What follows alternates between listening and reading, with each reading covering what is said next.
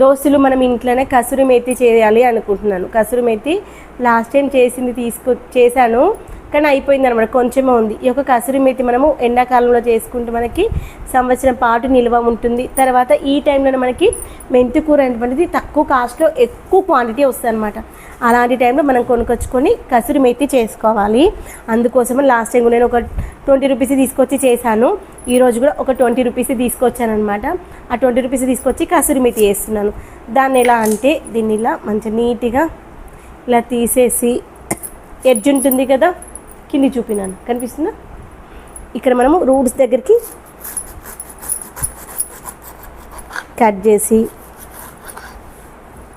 మనము కసూరి మేతి కావాలంటే ఫస్ట్ ఏంటి కడుక్కోవాలన్నమాట.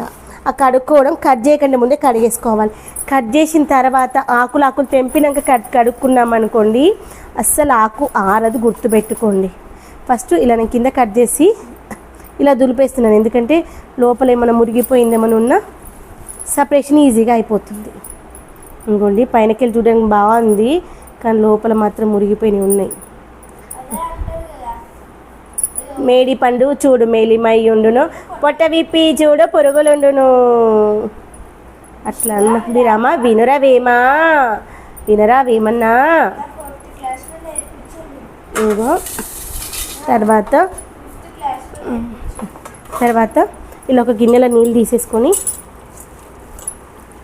మంచిగా ఒకసారి కడిగేసి